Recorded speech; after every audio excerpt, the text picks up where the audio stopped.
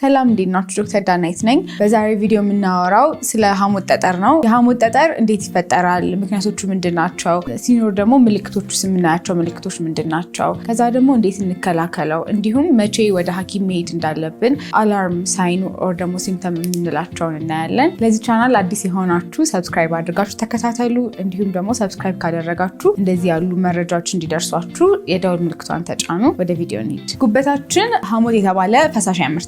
ፈሳሽ ደግሞ ጥቅሙ ምንድነው? ስብ የበዛባቸው ወይም ደግሞ ቅባት የበዛባቸው ምግቦች ስንበላ እንዲሰባበሩ ኦር ደግሞ ዳይጀስት እንዲያደርጉ የሚጠቅም ነው። ታዲያ ይህ ሐሞት የምንለው ወይም ደግሞ በእንግሊዝኛው ባይል የሚባለው በሊቨር ውስጥ ከተመረተ በጉበታችን ውስጥ ማለት ነው ከተመረተ በኋላ የሚጠራቀመው ኦር ደግሞ ስቶርድ የሚሆነው የሐሞት ከረጢት ውስጥ ነው። ታዲያ በተለያዩ አጋጣሚዎች ይህ ባይል ወይም ደግሞ ሐሞት የምንለው ወደ ጠጠርነት ወይም ደግሞ ወደ ድንጋይነት ሊቀየር ይችላል። ስለዚህ ይህ ነገር እንዴት እንደሚፈጠር ነው አሁን ቀጥሎ የምናየው ማለት ነው። ታዲያ ይህ ሐሞት በዋናነት የሚሰራው ወይም ደግሞ ኮንተንቱ ኮሌስትሮል እንዲሁም ደግሞ ቢሊሩቢን የተባሉ ነገሮች ናቸው። ታዲያ እነዚህ ከመጠን በላይ ሲከማቹ እንዲሁም ደግሞ ይህ የሐሞት ከረጢት በውስጡ ያለውን ሐሞት በደንብ ሳያስወጣ ሲቀርና ለረጅም ሰዓት የሚቀመጥ ከሆነ እነዚህ ጠጠሮች ሊፈጠሩ ይችላሉ። ታዲያ ለዚህ ለሐሞት ጠጠር መፈጠር ምክንያት ከምንላቸው ነገሮች ውስጥ በብዛት የሚጠቀሱት አንደኛ ከፍተኛ የሆነ ውፍረት ወይም ደግሞ የሰውነት ክብደት ነው። ከዛ ሌላ ደግሞ እርግዝና። ብዙ ጊዜ ካስተዋላችሁ እርጉዞች ላይ የሐሞት ጠጠር ሲፈጠር እናያለን። ስለዚህ ፕሬግናንሲ ወይም ደግሞ እርግዝና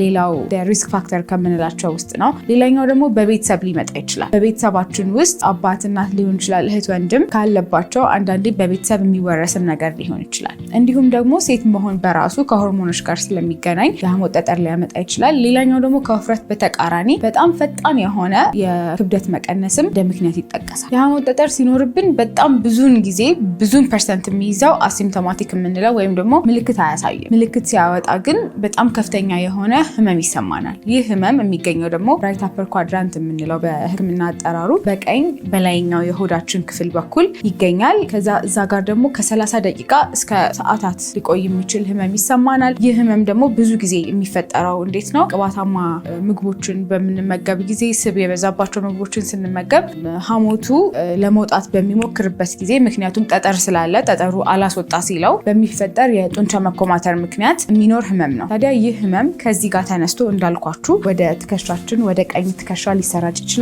ወደ ጀርባ እያለ የሚሰራጭ ህመም ነው ያለው ማለት ነው። ከዚህም ጋር ተያይዞ ደግሞ ማቅለሽለሽና ማስታወክ ሊኖር ይችላል። ታዲያ ህመሙ በጣም እየባሰ በሄደ ቁጥር ይህ በሐሞት ከረጢት ውስጥ የተፈጠረው ጠጠር በጣም እየተለቀ ከሄደና የመውጫ ቀዳዳውን የሚዘጋው ከሆነ ብዙ ጊዜ ይህ ሐሞት ወደ ኋላ ይመለሳል። ወደ ደማችን ስለሚመለስ የአይን ቢጫ መሆን፣ የሰውነት ቢጫ መሆን፣ ሰውነት ማሳከክ፣ እነዚህ የመሳሰሉት ነገሮች በህክምና አጠራሩ ኦብስትራክቲቭ ጃውንዲስ የምንለው ማለት ነው ሊፈጠር ይችላል። ከሰውነት ቢጫ መሆን ጋር ተያይዞ ደግሞ የሰገራ ቀለም መለወጥ ወደ የጅብ ሰገራ ከለር ወደ መሰለ መለወጥ እንዲሁም ደግሞ የሽንታችን በጣም መጥቆር፣ የሰውነት ማሳከክ የመሳሰሉትን አያይዞ ሊያመጣ ይችላል። በጣም የሚያሳስበን ግን አኪዩት ኮሌሲስታይተስ ብለን የምንጠራው የሐሞት ከረጢት ብግነት ወይም ደግሞ ኢንፍላሜሽን ነው። ይህም የሚፈጠረው ምንድነው? ቅድም እንዳልኳችሁ ጠጠሩ በጣም የሚዘጋው ከሆነ ኮምፕሊትሊ ዘግቶት ሐሞቱን የማያስወጣ ከሆነ ስታሲስ የምንለው ነገር ስለሚፈጠር እዛ አካባቢ ላይ ኢንፌክሽን ይፈጠራል ማለት ነው። ስለዚህ የሐሞት ከረጢታችን ያብጣል፣ የተለያዩ ነገሮች ይፈጠራሉ። ስለዚህ በዛ ሰዓት ትኩሳት ሊኖረን ይችላል። እዛ ህመሙ በጣም እየተባባሰ ሊሄድ ይችላል። የሐሞት ጠጠር እንዳለብን ሐኪሞች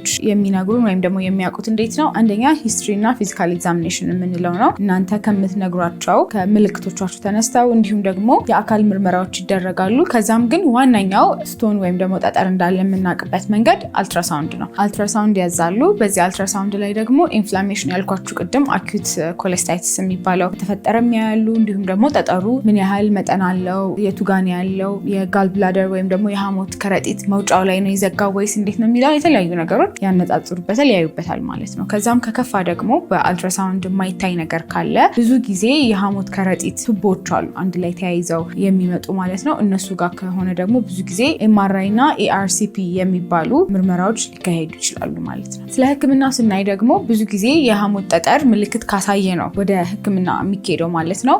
ብዙ ጊዜ ዋነኛው ወይም ደግሞ ዴፊኒቲቭ ትሪትመንት የሚባለው የሐሞት ከረጢቱን ማስወጣት ነው፣ ከነጠጠሩ በአንድ ላይ ማስወጣት ነው። አንድ አባባል አለ once a stone former always a stone former። ያ ማለት ምንድነው? የሐሞት ከረጢት አንዴ ሐሞትን ማምረት ከጀመረ በኋላ በማንኛውም መንገድ ጠጠሮቹን ካስወጣን በኋላ ራሱ መልሶ የመፈጠር እድሉ በጣም ብዙ ነው፣ ምልክቶች ማሳየት ከጀመረ በኋላ ነው። ታዲያ እንዳልኳችሁ ዋነኛው የህክምና መንገድ የሐሞት ከረጢቱን ማስወጣት ነው ማለት ነው። ስለዚህ ሰርጂካል ትሪትመንት ነው ያለው። ለአንዳንድ ታካሚዎች ሰርጀሪ ማድረግ ለማይችሉ ታካሚዎች ደግሞ ሬር ነው፣ ብዙም ጥቅም የለውም። ነገር ግን በመድኃኒት አማካኝነት በኪኒን አማካኝነት ጠጠሮቹ ዲዞልቭ እንዲያደርጉ ወይም ደግሞ እንዲሟሙ የሚደረግበት መንገድ አለ። አንዳንዴም ደግሞ ሾክ ዌቭ ትሪትመንት የሚባሉ አሉ። ጠጠሮቹን በሾክ አማካኝነት እንዲፈራርሱ የማድረግ ትሪትመንት ናቸው። ግን እንዳልኳችሁ እነዚህ ነገሮች የሚደረጉት መቼ ነው? ታካሚው ሰርጀሪ ማድረግ የማይችል ሲሆን። የብዙ ሰዎች ጥያቄ ምንድነው? የሐሞት ከረጢታችን ከተወገደ በኋላ እንዴት በኖርማል መኖር እንችላለን ነው የሚሉት። በጣም ብዙ ጊዜ ብዙ ፐርሰንት ሰዎች ኖርማሊ ነው የሚኖሩት። ያም ማለት ምንድነው? ቀጥታ ከሊቨር ወይም ደግሞ ከጉበት ወርዶ ወደ አንጀታችን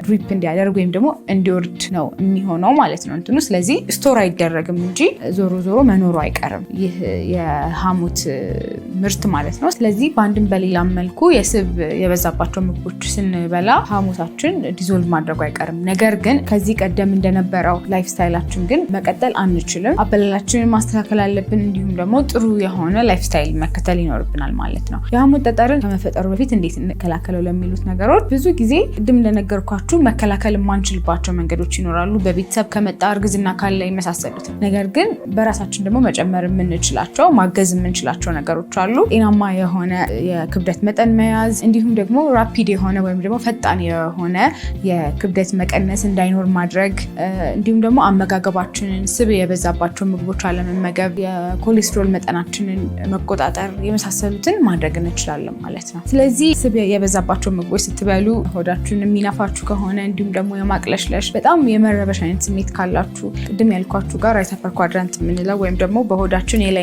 የቀኝ የላይኛው ክፍል ጋር የሚሰማ ህመም ካለ የመሳሰሉት አይነት ምልክቶች ካሉ ቅድም የነገርኳችሁ ነገሮች ካሉ በአፋጣኝ ሐኪሞቻችሁ ማየት ይኖርባችኋል። ይህ መረጃ ጠቅሟችኋል ብዬ አስባለሁኝ። ሰብስክራይብ ያላደረጋችሁ ሰብስክራይብ አድርጉ።